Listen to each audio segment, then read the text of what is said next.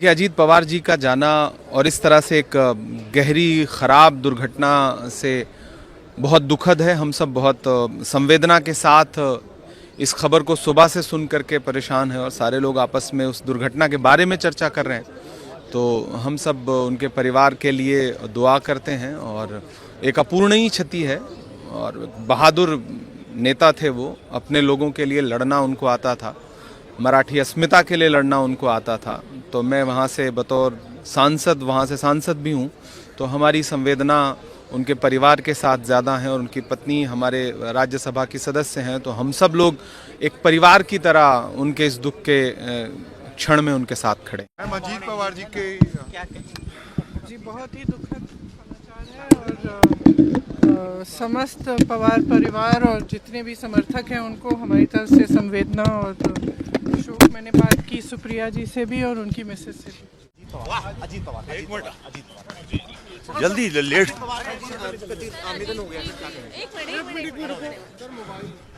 बहुत दुखद।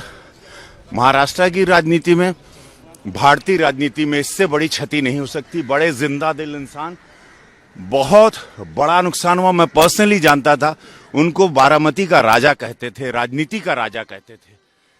आज एक राजा चले गए, बहुत ही दुखद। ये बहुत ही दुर्भाग्यपूर्ण घटना हुई है, बेहद ही दिल दहलाने वाली घटना हुई है। अजीत पवार जी से हमारे मतभेद ज़रूर थे, पर उनका जो कार्यशैली थी उससे हम प्रभावित भी थे। सवेरे 6 बजे से लेकर रात तक वो काम करने का उनका शेड्यूल रहता था। साथ ही साथ उनके साथ काम करने का भी मौका मिला था जब वो हमारे साथ अलायंस में थे।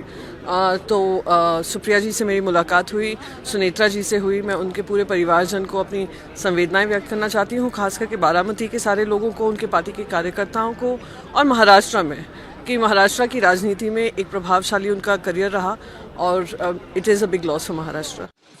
देखिए, बहुत ही दुखद खबर है।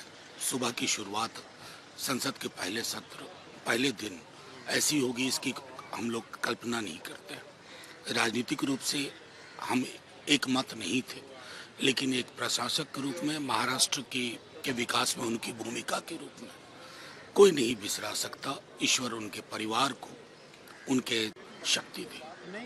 बहुत बहुत दुखद बात है, लेकिन मैं क्या कहूँगा, अभी कुछ ये खबर मिली है, बहुत ट्रेजिक बात है।